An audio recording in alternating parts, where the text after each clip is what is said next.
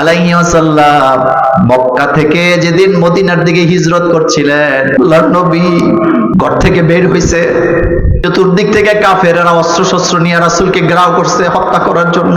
দয়াল নবীকে মেরে ফেলবে তারা। তাদের হাতে বল্লম ছিল, তীর ছিল, ধনুক ছিল, তরবারি ছিল, কিন্তু রাসূলুল্লাহর হাতে কিছুই নাই। আল্লাহ নবী দেখলেন তারা চতুর্দিক থেকে ঘেরাও করছে, নবীজির কাছে কিছু নাই, মোকাবেলা করার মতো তারা মারতে আসতেছে আমার নবীকে। আল্লাহ নবী নিচের দিকে তাকায় দেখে পায়ের নিচে বালি। বলেন কি? পায়ের নিচে কি? বালি।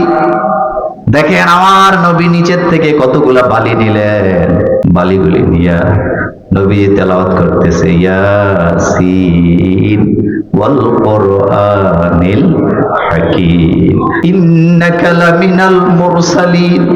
আল্লাহর নবী লা ইউবসিরুন পর্যন্ত তেলাওয়াত করে নবীজি বালিগুলাকে এভাবে ছেড়ে দিলেন।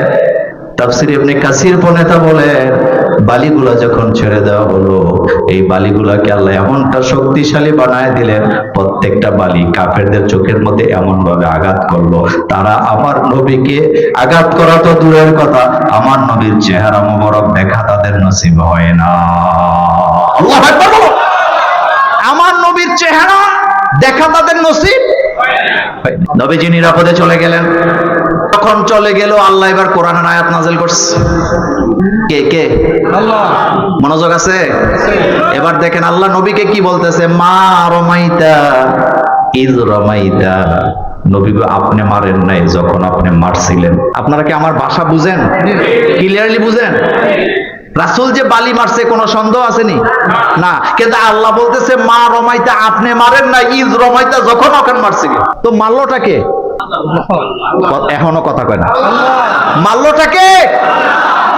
আমার কলিজার ভাইয়ারা, আল্লাহ নবীকে বলতেছেন মা রমাইতা, নবী আপনি মারেন নাই, ইজ রমাইতা, যখন আপনি মেরেছিলেন, ওয়ালাকিন্নাল্লাহ রমা, আমি আল্লাহ নিজেই তাদেরকে মাইরটা দিছিলাম।